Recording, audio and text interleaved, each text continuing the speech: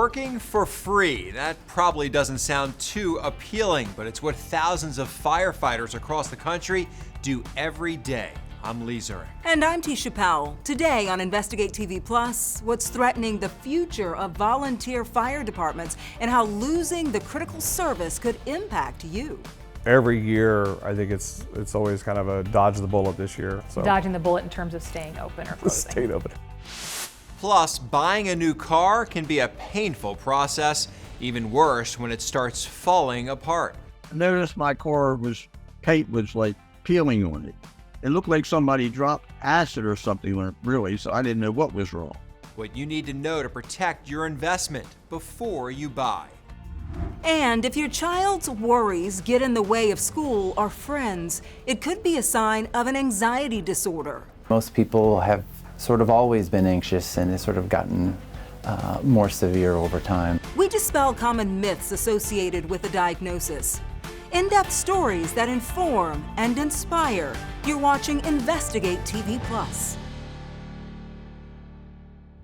You know firefighters as the people who run into burning buildings working to save property and lives. What you probably don't know is most firefighters do it all for free. Volunteer fire departments are crucial to public safety, and they are in a crisis because of a nationwide shortage of volunteers. Reporter Kristen Crowley takes a closer look at the problem and shows us how this shortage isn't just a threat to public safety, it's a threat to your family's finances. Casey Johnston loves what she does. There's no way I could sit in the desk every day. She loves it so much, she's willing to do it. The money doesn't matter to me. For free. Do people assume you get paid for it? I think they assume that I get paid for it. Yeah, I think they do. The 22-year-old works at Inner City Fire Protection District outside Kansas City, Missouri, as an EMT and volunteer firefighter. She gets paid for the EMT work, but the firefighting calls? There's no paycheck. For Casey, it's a calling. I want to do something that'll make me happy and that doesn't feel like work every day. I want to give back to my community. But these days, that calling is something fewer and fewer people answer. How many firefighters do you have? Well, we have right now probably about 15. We're half of what we need to be. You should be at 30. At least, yeah. So we're right here. Jeff Jewell is the chief at Inner City Fire Protection District. When I started here 20 years ago, you'd have 5 to 7 applications a week, people wanting to volunteer, and throughout the years it's gone down. We maybe had 5 the whole entire year this year. In 2020, the National Fire Protection Association says there were just over 1 million career and volunteer firefighters, the lowest total since 1991. It says the decline is mainly due to a sharp drop in the estimated number of volunteer firefighters. And the shrinking number of volunteer firefighters is quickly becoming a crisis because volunteer fire departments are critical across the country. There are nearly 30,000 fire departments in the U.S. More than half of them are all volunteer. The stations that are filled with only paid firefighters make up less than 10%. Jewell says he noticed the numbers at his department were dwindling slowly over the years, but COVID sent them into a tailspin. If you're a volunteer and you're going on these calls with EMS, your chances of getting something taken back to your family, I mean, you can't blame them. I mean, I get it. I understand. And it never bounced back from that. It never did, no. Asking people to risk their lives and even give up their time for free is a tall order. These are all city trucks. One that Birmingham, Missouri volunteer fire chief Ed Truitt also battles to fill. There's not a lot of people that I come across are like, man, that sounds great. I would love to take time out of my day for free, go to the firehouse and do all of these things for probably no thank you, no reward, no paycheck. Staffing issues threaten the very existence of these departments. Every year, I think it's always kind of a dodge the bullet this year to see what's going to happen next year. Dodging the bullet in terms of staying open or closing. Staying open. What impact would happen to this community if your fire station closed? If you take away this firehouse, then you're waiting minutes until the next truck comes in. Public safety is the obvious concern, but there is another cost to losing volunteer firefighters, a quite literal one. Home insurance premiums can increase when fire stations aren't nearby. That's exactly what's happening in the town of Bridgeton, New Jersey. I got, some suggestions were in the area of a 1% increase. Some were in the area of a 3% increase. Right now, any increase is kind of unacceptable. Chief Dan Sutton's volunteer department, Seabrook Fire and Rescue, was told to shut down at the end of 2023. He says on top of struggles with hiring, the township says it can no longer afford the pricey equipment. But there's irony in that. The National Volunteer Fire Council says 65% of the firefighters in the U.S. are volunteers, saving the country nearly $47 billion a year. If we don't figure out a way to start recruiting and keeping volunteers around the country, we're going to be in big trouble. There are efforts underway now to try and figure it out. The federal government created funding specifically for fire department staffing.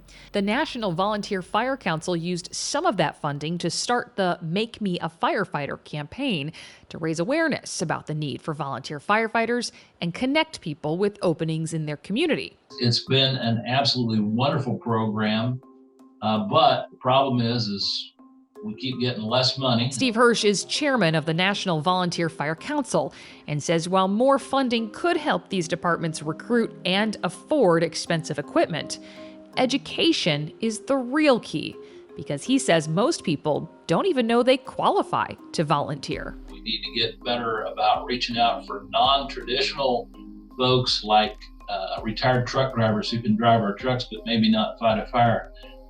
Somebody who is good at computer technology, who can help us with our computer infrastructure, people who are good at writing grants but don't necessarily want to be a firefighter. And in the end, what they really need is something money can't buy. People who want to help their community. And he says those people are out there. Just ask Casey Johnston. I genuinely do enjoy this. I wouldn't be mad if I had to do this the rest of my life. For free. Yeah. There are volunteer firefighting opportunities all over the country. You can see what's available in your area by going to makemeafirefighter.org. Even if you're not interested in battling fires, you still may be able to help, such as assisting with the department's non-emergency tasks. Still ahead, as more children are diagnosed with anxiety disorders, we bust a common misconception about the condition. Most people have sort of always been anxious, and it's sort of gotten more severe over time. And how you can spot the early signs in your child. Plus, this man's car was under warranty, but his dealership refused to fix it. And it's just a bad paint, and nobody wants to fix this car. We reveal your rights when it comes to federal warranty laws and explain what you can do if you end up in a similar situation. Our in-depth coverage continues. You can get connected to Investigate TV Plus on all social media platforms.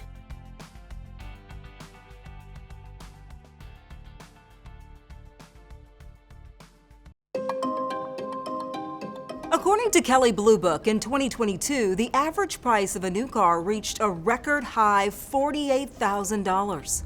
For a price tag like that, you may want it covered by some kind of warranty. But what happens when your dealership doesn't hold up their end of the bargain? Reporter Carice Jackman spoke with a man who took a dealership to court after finding an issue still under warranty. Plus, she has tips on what you can do if you end up in a similar situation.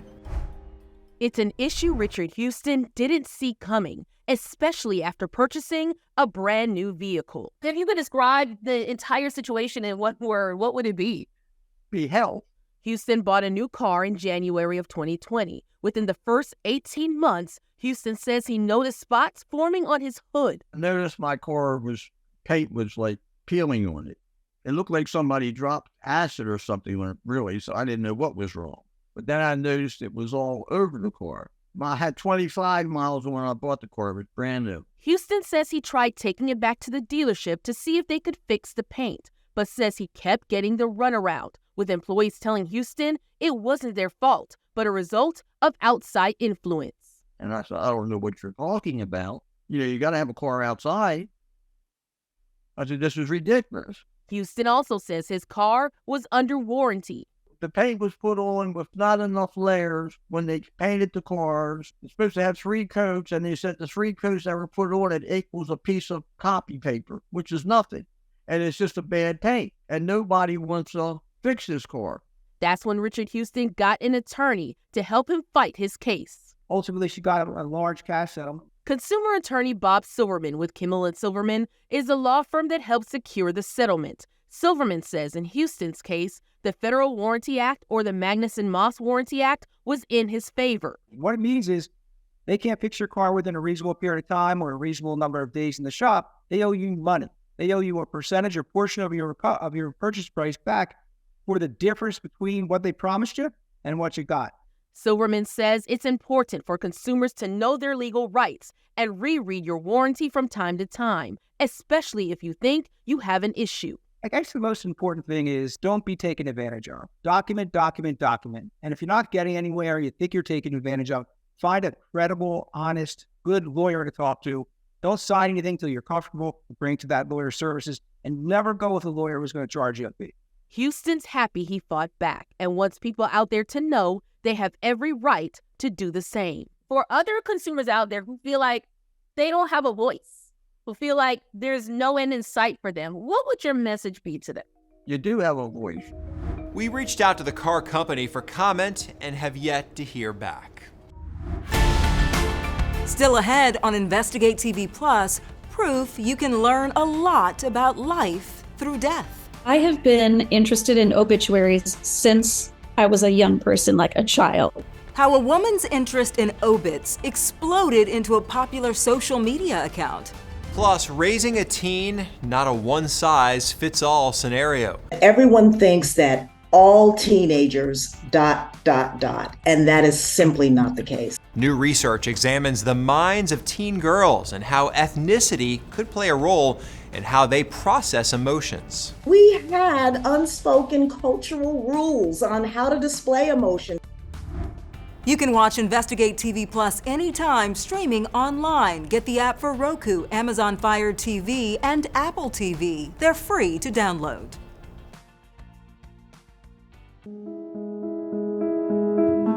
If your child has fears and worries that disrupt school, friendships, or family time, they may be struggling with an anxiety disorder.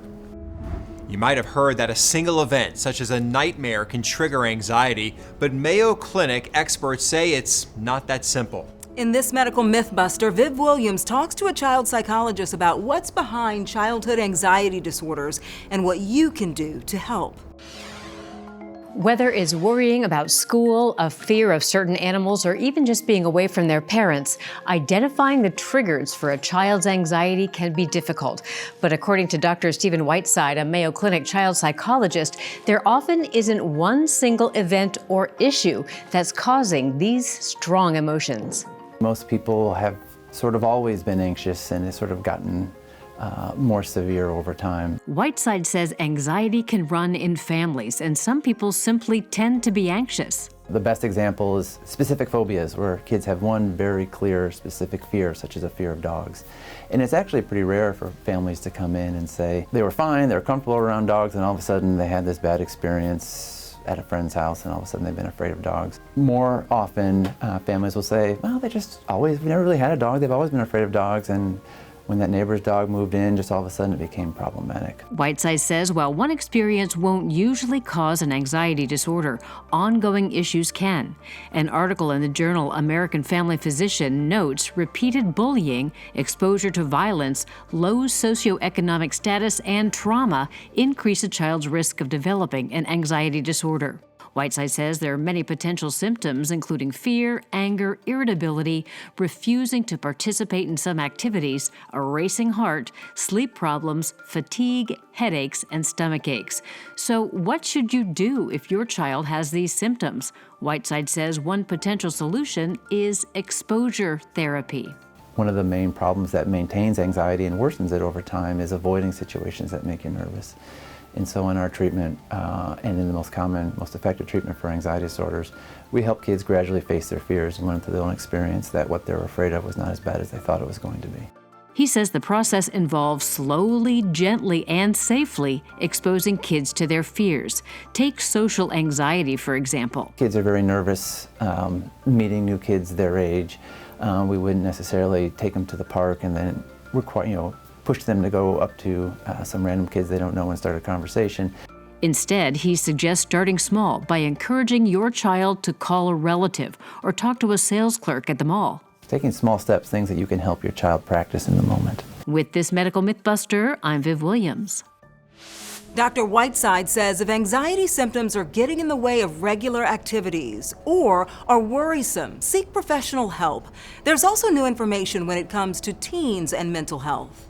A study released in 2023 examined teen girls of color and how they process emotions. Although we are all big picture Americans, we each have an ethnicity and a cultural contribution to how we think and feel about our emotions, and that is simply not discussed. Dr. Jennifer Kitt and her team of researchers interviewed Black, Asian, Latina, and mixed race girls from ages 14 to 20 in the U.S. They found teens process emotions based on how their parents teach them, and a lot of that is influenced by culture. We had unspoken cultural rules on how to display emotions, how to feel emotions, how to say emotions. Asian families, the same thing. Hispanic families, the same thing. For everyone, Dr. Kitt explains experiences can influence emotions and actions. However, teens can experience a wider variety of feelings even when facing similar scenarios. They can learn how to process those emotions by looking to adults. We are the first teachers and role models for these young women. We've got to get it together. According to CDC data, nearly 3 in 5 teen girls felt persistently sad or hopeless in 2021, double that of boys. We reveal how biology could play a role and how you, the parent, can help. To watch our full story, head to InvestigateTV Plus and search Teen Mental Health. Still ahead, life lessons from beyond the grave. Judy had strong beliefs in which she never wavered. You can just tell that Donna was a total it girl. How this woman's obsession with obituaries led to a unique creation. You can watch InvestigateTV Plus anytime online. Just subscribe to our YouTube channel at InvestigateTV. You can catch stories and full episodes.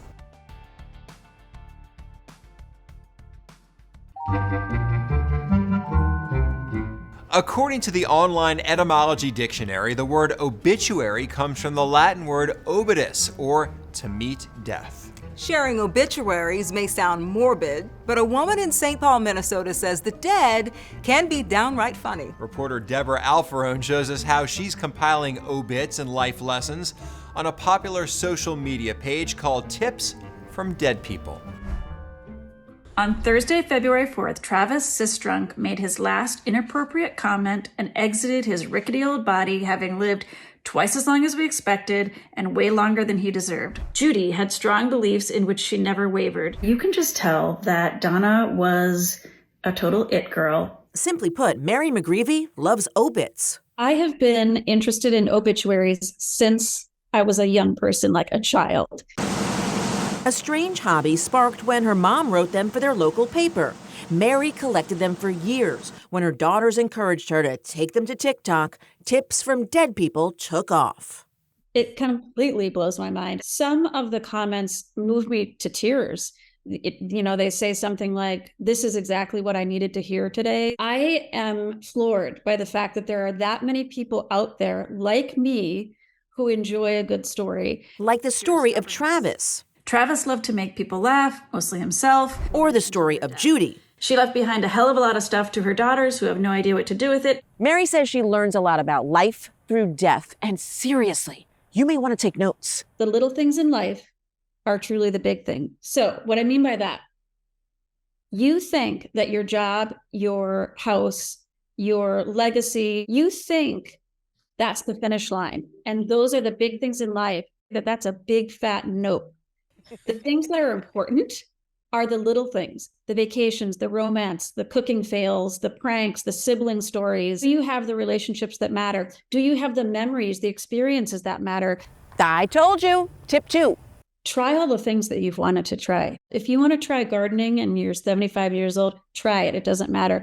The idea that you have to be good at what you try, the joy in the trying, the being a lifelong curious person, that's the goal. Tip 3 resonated with me, and it may for you too. If you think there's a defining event in your life, if you think that the addiction, the divorce, the bankruptcy, anything like that, if you think those catastrophes define you, worry not. In almost every obituary that I read, there's that chapter, but there's many more chapters. McGreevy says everyone deserves to be remembered in a public way, but placing an obituary in a newspaper can be expensive.